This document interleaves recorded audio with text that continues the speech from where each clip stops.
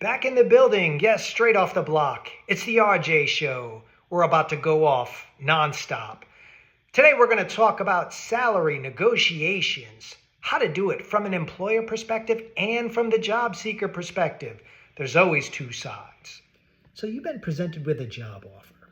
The company said, yes, we want to hire you. We want you. Okay. Now the wage, unfortunately, is not what you're looking for. Perhaps you lowballed yourself. Hey, I really want to get this job. It's a great company. I'll go at the bottom of their range. A lot of times when I post a job, I have a specific salary range. Maybe it's 60 to 80K, for people less qualified or, maybe with, not the best work history, you go towards the lower end. For those that are really qualified, you want to make sure you get them, you go towards the higher end, right? So here's the givens. You interviewed for a job. The company called you with a verbal job offer. First and foremost, no matter what it is, you say thank you. Somebody wants to give you a job. Thank you. I'm going to think about it. I'm going to discuss it. I'm going to consider it. Whatever you need to say, make sure you say thank you. You appreciate them. And then you make sure you get a little bit of space between you and the job offer. You get a little bit of time in between so you could do your due diligence if you need to. Even if you like the job, even if it's everything you wanted, you could accept it on the spot. Thank you. Maybe you don't need this channel.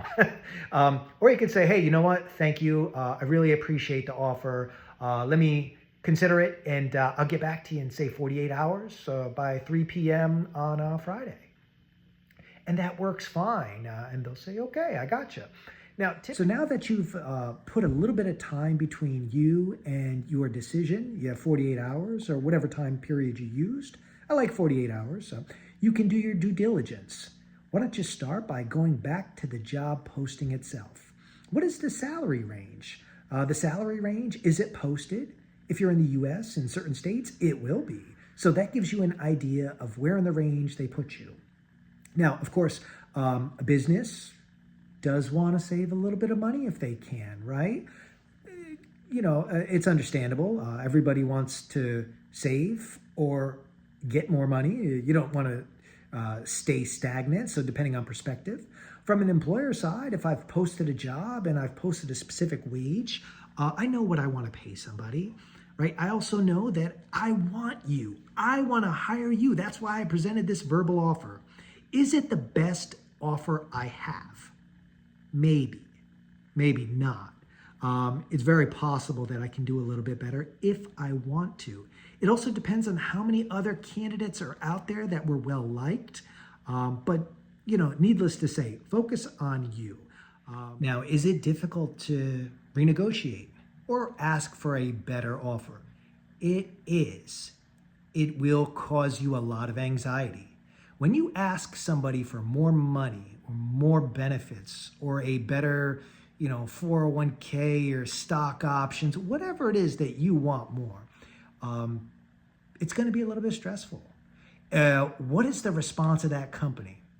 Well, if they really want you for the position, they're going to figure out a way to offer you something. It may not be exactly what you want, but they're going to try to offer you something. So go ahead and do it. Say, hey, look, I'm looking for X amount, or I want more vacation, or I want this. Well, a lot of times people think, what's the worst they can do? Say no?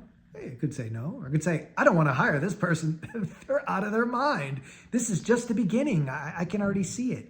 But for the most part, if the gap isn't too far to bridge, right? If we're talking, limited wage, depending on role, right? If you're asking for another week of vacation, that might be something very, very doable. If you're looking for, higher pay at 20%, you're looking for, 50% more vacation, you're looking for stock options, we may have specific parameters that are set aside for specific jobs. So you might be able to get it depending. But go ahead, ask, do not go overboard, because if you do, you're not going to be satisfied. And then you'll be stressed out for 2 days. right? Now, it could be best in your approach to ask for everything at once, right? So it's not just, hey, I want 20% more in the wage, or I want a 15% bonus. Ask for everything at once, right? You're doing it one time. I'm only going to go back and forth one time. It does give me a little bit of flexibility, right? Because I want to make sure you're hired. I offered you the job, but you got to work with me too. So give me some ideas. Oh, he cares about vacation. Oh, she's concerned about when she can have benefits. Those are good little things to know, especially as we don't really know you yet, right? We're probably going to put you under a 90-day probationary period, maybe a 6-month probationary period. And that's for you to get to know the business. And at the same time, for the company to understand if you were as good as you say you were. Did you just sell us yourself during the interview process? Or are you really that fantastic where, maybe after 90 days, I want to give you an increase of 5%, whatever it might be.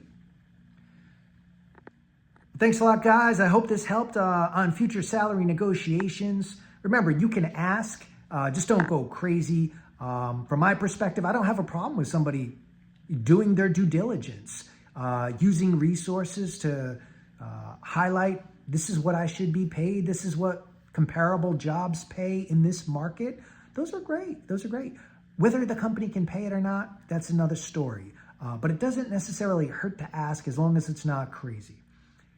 Thanks a lot, everybody. Make sure to like, subscribe, hit that bell so you get notifications of new content.